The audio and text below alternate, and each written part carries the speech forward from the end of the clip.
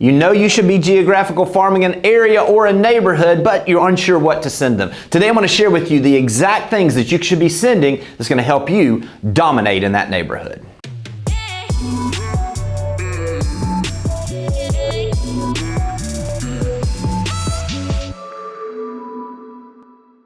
Geographical farming is one of the most fundamental ways to grow a real estate business. It still absolutely works. We've always said it this way: if you are not known as the expert in a specific area or specific neighborhood, well, ultimately you're just not an expert. This is what we're going to do today is we're going to go through and we're going to talk about, okay, you've chosen your neighborhood, you've selected that. And listen, if you haven't seen the full video that we did about a year or so ago on selecting a geographical farm, you can see that up above. We'll have that link up above. But in the meantime, now that you've chosen this one, let's talk about what's the next step. What should you be sending out that's going to set you apart as the expert in that neighborhood? And stick around to the end, because at the end I'm going to share with you some bonus ways to really throw some gas on the fire of what we're talking about with these direct mail pieces and these emails we're going to talk about. So one thing is this: as you're starting, we want to be consistent. Consistency is the key in geographical farming. We're going to send at least one piece per month. I'm going to give you monthly exactly what those should be, but also we're going to talk about some things that we're going to do in between to help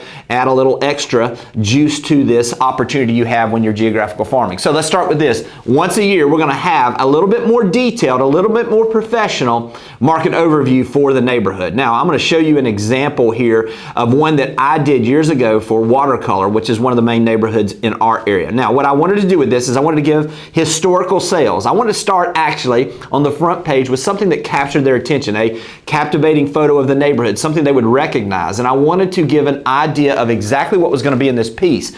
This mailer could be something that you did on bigger or harder cardstock. It could be just an open folder where it's just folded. This is going to be a more expensive piece that you're going to send out, but it's going to really set you apart. We're going to go back and we're going to look over 10 years or more at the historical sales data. Now, the one you're going to see is obviously from a few years ago, but you'll begin to see how I put these together with specific key stats that have happened in the neighborhood, as far as average sales price, as far as the average price per square foot, average days on market, information about the number of sales that happened each year in that neighborhood. This gave us the ability really to have something that is a little more professional, sending out that gives them a background of exactly how the values have moved in the neighborhood, in most cases obviously to the positive. Also, what we're going to do is I'm going to give a brief overview. So I'm going to give them a little description of what's been going on in the past year. And then I'm going to talk about a couple things maybe that I'm looking at.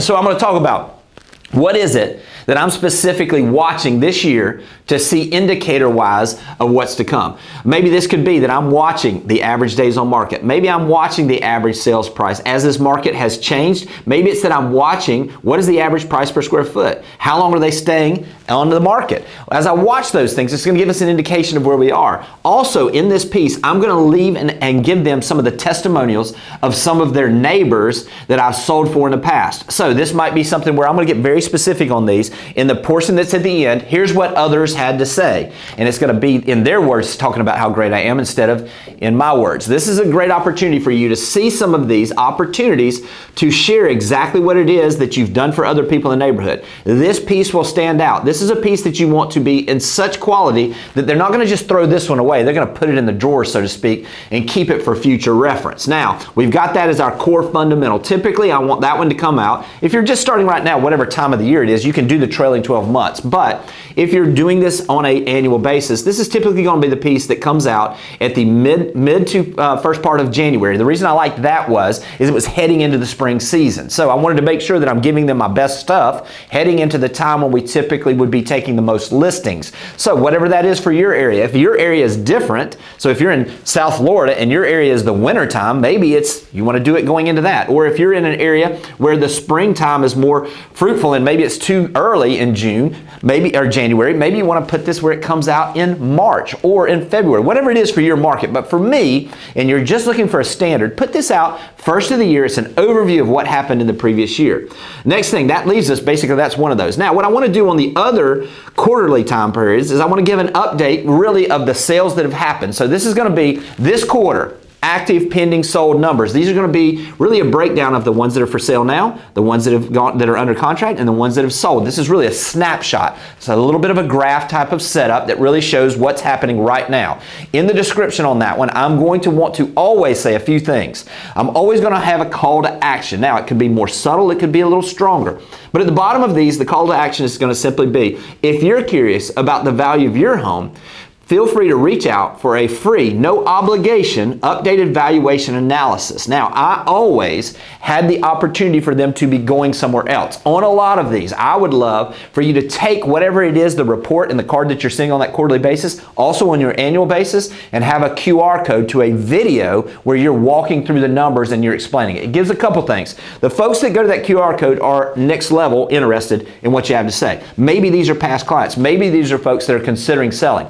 By being able to look into the camera, explain what's going on, and then to ask them and say, listen, if you're curious about your value, feel free to reach out. Be glad to give you a free, no obligation update on exactly where your price is and to see what the market might be. If it's interested, see exactly what it is that the market might yield for your place today. When you do those things, that gives you the opportunity really to speak to them. That QR code is so valuable right now. So now we've got our annual report. And then on the ends of the quarters, so typically if that's going to be the end of March, this is going to come out in April. If we're talking about April, May, June, this is going to come out in July. And then if we're talking about July, August, September, this is going to come out in October. These are the times we're going to have quarterly updates. First quarter, 2023, here's what happened. Active, pending, solds. Then soft call to action. Then second quarter, here's what's happened. And sometimes you may even, if it's a smaller neighborhood, you may want to do mid-year. So you do all of the things that have sold for the year, depending on the number of things that are out there. Again, we're going to use an oversized postcard on some of these as we want to get more information there and to make it stand out. Now, if we've got those, now we've got our 4 quarterly deals. We've got our 1 annual overview of what's going on, our quarterly updates on the sales progress. What are we going to do to fill in these gaps in between? And we're going to do this with a couple of different rotations of 2 different types of things. So we're going to have 2 cards. They're going to come out, and again, figure it out for your area. It may be different for you. For me, what I like to do is I like to have one of the cards that talked about upcoming activities in the neighborhood or in the area. So what I typically did is an off month, like a May, for instance, is I would want to send information on, here's activities that are coming up over the summer along the 30A corridor. Here's updated information about what's happening over the next month in our area. This gives you as the resource, as the local resource, and it still has your soft call to action, and it also has the QR code in the bottom where they can go, where they can get to know more information about you. Maybe this is where you've done an overview video of the neighborhood, whatever it is, or you got some testimonials. Choose for you what it is that is in your voice that you feel like would add the most value to those folks. Again, we need that consistency. So twice a year, that could be a spring one, that could be a summer one, that could be a fall one, that could be going into the holidays, whatever it is for you that fits best. Twice a year, we're going to have something that's going to talk about what's going on in the neighborhood and in the area. All right, so we've got half of the year taken care of now. We've got our 4 quarterly updates, one of those being an annual review, 3 of those being quarterly updates. We've also got the 2 times a year that we're going to send postcards about information about what's going on in the neighborhood. And then twice a year, and again, to figure it out for you, whichever those times that are best for you. I liked them in the spring, and I liked them in our summer season because those were times when we were generating the most listings. I wanted to send out a very subtle but direct call to action for a free market analysis. It would be something like this. Prices have gone up in your neighborhood, whatever their neighborhood is. Give their neighborhood the big call because it'll capture their attention. Prices have gone up in your neighborhood. If you're curious about your value, and then what I like right now, what we're seeing, and this is something that came through the Tom Ferry organization, is the big QR code right there. Click here to get a free valuation update. You could use something like a HomeBot. You could just have a form or something where you just captured them and you said, I will get this back to you within 24 hours, and you do it yourself. Whatever it is for you, having a large QR code on at least one of these right now is huge for you to be able to gather some of these folks that may be curious about their value. Typically, if they're curious about their value, it does 2 things. One, they're thinking about selling. Number 2, maybe they're just curious and they're thinking about selling in the future. Either way, once they fill that out or they jump on that QR code, you're going to immediately capture their email information.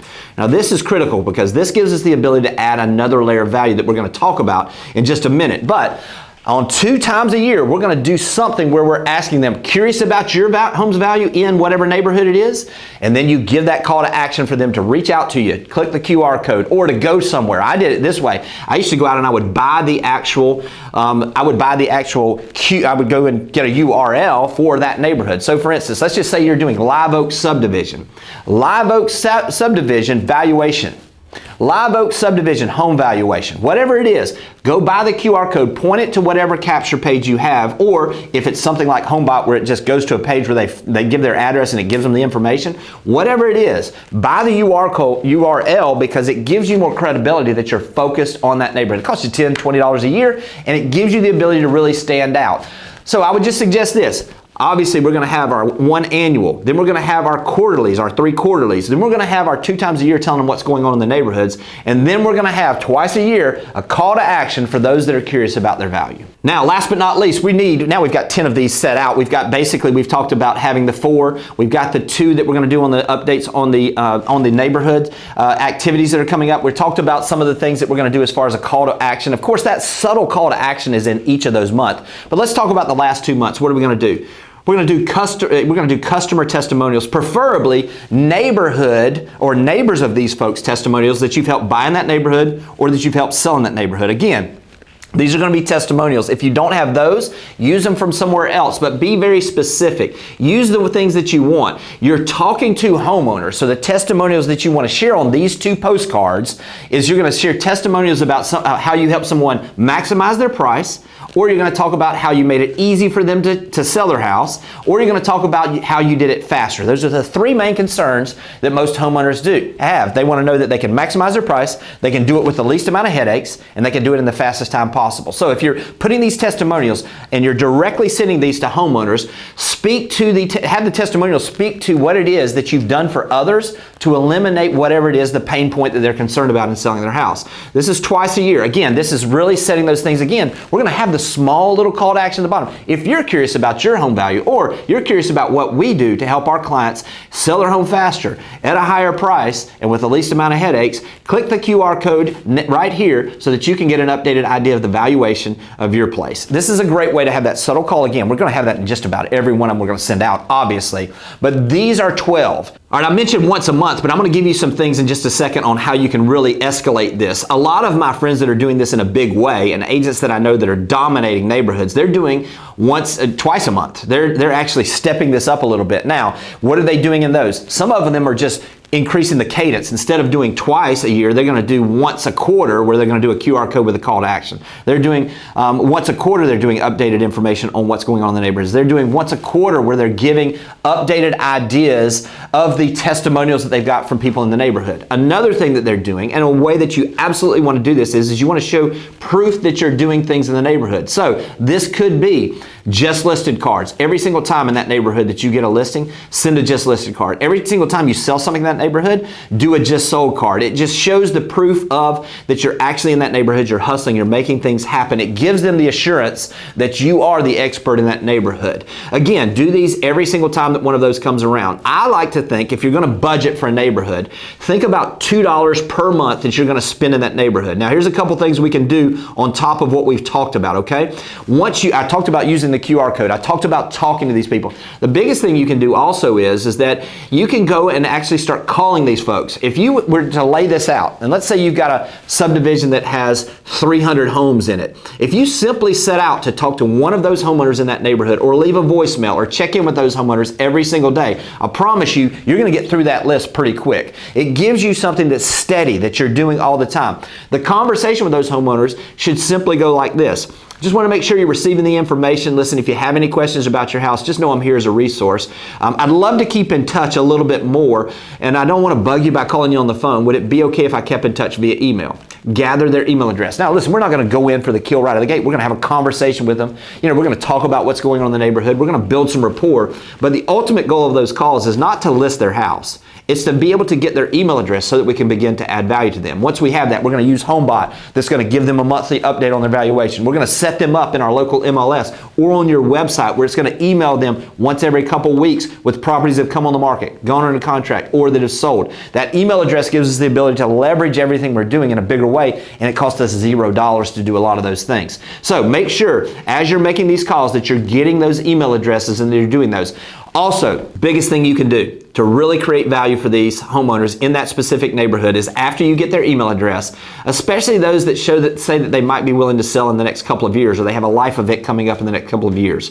Start doing unsolicited video CMAs. I know you've heard me talk about this forever, but an unsolicited video CMA is really the gas on the fire. It gives you the ability to spend some time where you're adding value to them in a different way. I promise you, they possibly are getting other postcards from other agents. They're not getting video unsolicited CMAs. I promise you they're possibly talking to other agents, but they're not getting these video unsolicited CMAs. Step up and do something that's a little bit different if you want to stand out. When we do these things that are a little bit different, I promise we're going to get different results. Ultimately, if you're going to be an expert and you're wanting to build a funnel of listings that will come consistently to you, geographical farming is the best thing that you can possibly do now and into the future for your business. Hope this has been helpful, and I'll talk to you soon. Thanks for watching the video. I specifically chose the video below for you because it builds on the one you just watched. I hope it's helpful, and I'll talk to you soon.